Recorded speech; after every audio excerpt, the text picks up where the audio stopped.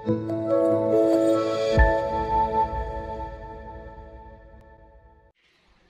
pagi Bapak Ibu Saudara yang dikasih dan diberkati oleh Tuhan. Shalom.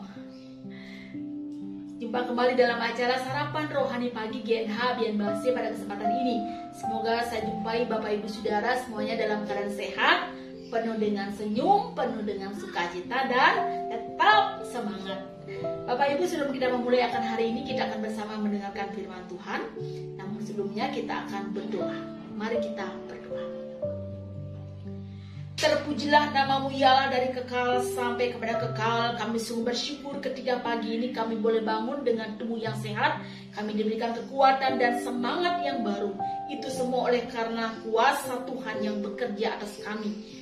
Sebelum kami memulaikan hari ini ya Tuhan, kami mau mendengarkan firman-Mu. Kami percaya di dalam firman-Mu ada kuasa yang sanggup memulihkan dan mengubahkan kehidupan kami.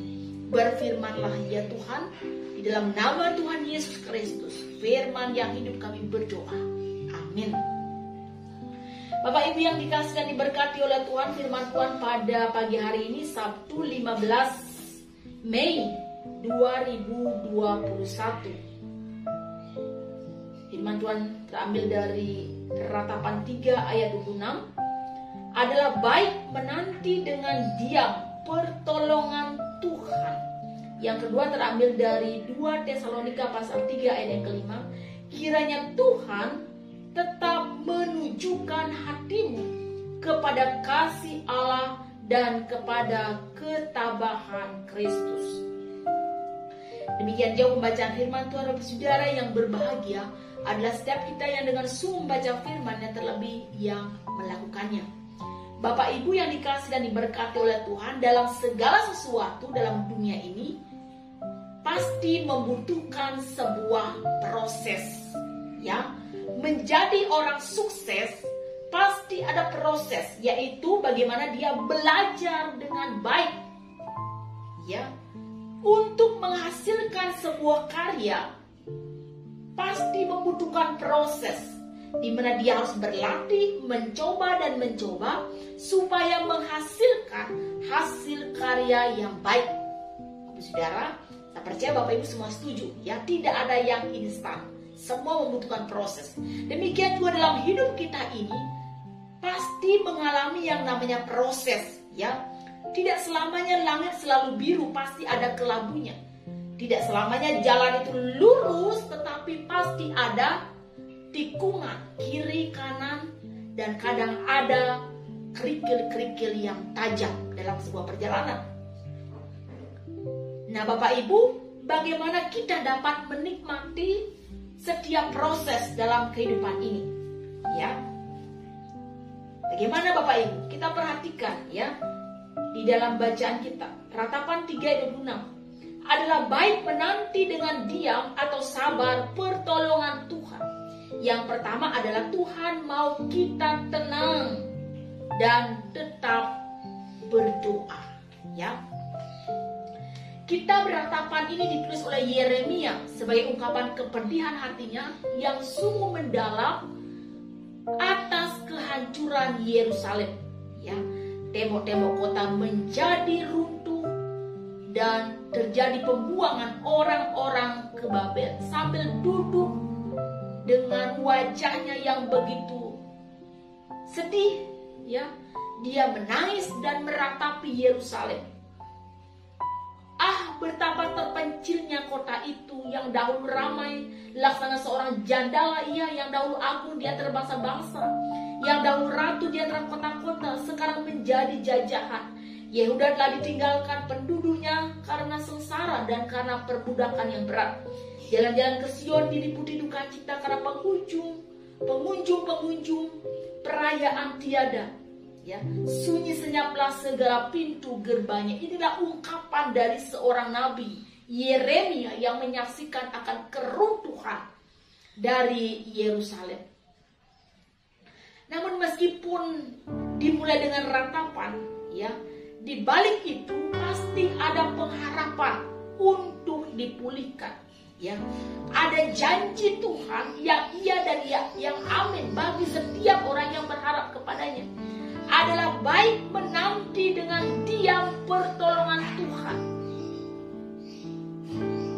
Janji pemulihan ini adalah diberikan kepada orang yang mau sungguh menantikan pertolongan Tuhan.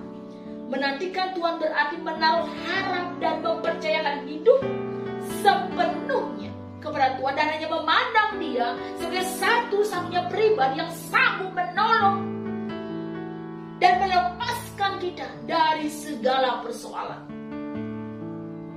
Ya. Dia yang memberi kekuatan kepada yang lemah dan menambah semangat kepada yang tiada berdaya. Orang-orang yang menanti-nantikan Tuhan mendapat kekuatan baru. Mereka seumpama rajawan yang naik terbang dengan kekuatan sayapnya. Mereka berlari dan tidak menjadi lesu. Mereka berjalan dan tidak menjadi lelah. Orang yang menanti-nantikan Tuhan akan mendapatkan kekuatan yang baru. Kemampuannya akan mengatasi segala masalah dan kesanggupannya untuk terus berjalan, maju, menghadapi segala badai. Tuhan mau yang pertama adalah dalam menghadapi proses hidup ini. Yang pertama adalah tinggal diam dan nantikanlah pertolongan Tuhan. Ya.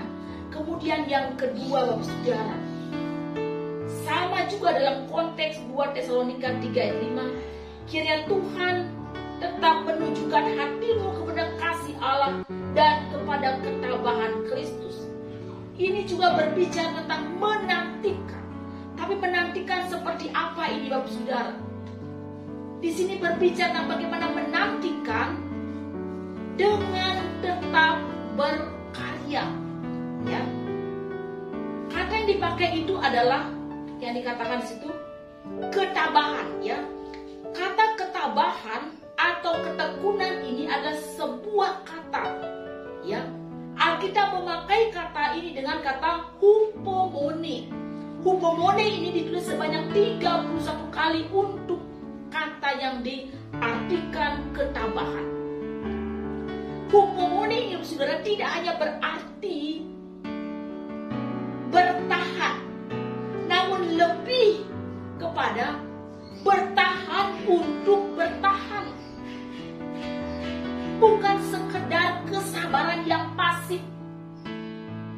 Ya gak apa-apa lah, nanti aja juga selesai, badai pasti berlalu gitu ya. Sering kita ngomong ya, badai pasti berlalu, kemudian kita diam saja.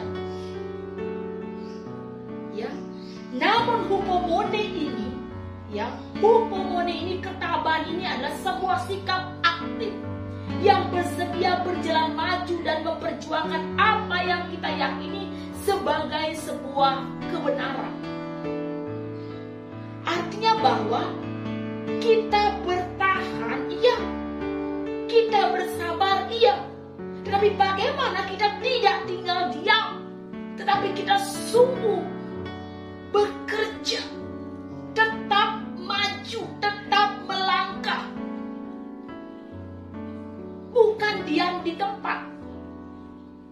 Ya, tetapi bagaimana mengerjakan sesuatu sebagai sebuah kebenaran yang harus diperjuangkan untuk mencari sebuah tujuan yang Tuhan sudah persiapkan. Jadi ketabahan di sini bukanlah keputusan untuk membelakangi badai dan berlindung di balik punggung orang lain, namun keputusan untuk berjalan dan melawan badai itu. Ketabahan ini bukan juga iman pelari sprint jarak 100 meter yang bertenaga, ya, yang begitu bertenaga, namun cepat pula tenaga itu habis, ya. Tetapi ini adalah iman pelari maraton yang mungkin tak cepat lajunya, namun konstan, lama, dan tak sudi berhenti jikalau belum sampai kepada tujuan. Ya, sama seperti yang dikatakan Rasul Paulus. Paulus tetap menahan dengan penuh kesabaran dalam penderitaan, kesesakan, kesukaran, menanggung dera dalam penjara, kerusuhan, berjerih payah dalam berjaga-jaga dan berpuasa. Semuanya itu ia lewati dengan ketabahan hupomone ini, sehingga dia dapat bersaksi sebagai orang yang tidak dikenal namun terkenal, sebagai orang yang nyaris mati dan sungguh kami hidup, sebagai orang yang dihajar namun tidak mati, sebagai orang yang berduka cita namun senantiasa bersuka cita, sebagai orang miskin namun memperkaya banyak orang, sebagai orang yang tak bermilik sekalipun kami memiliki segala sesuatu.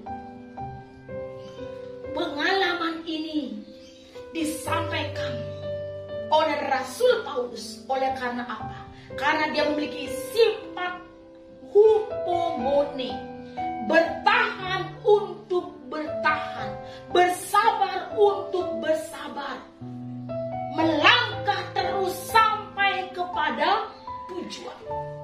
Nikmati setiap proses dengan cara apa, saudara? Yang pertama, tinggal diam dan nantikan pertolongan Tuhan.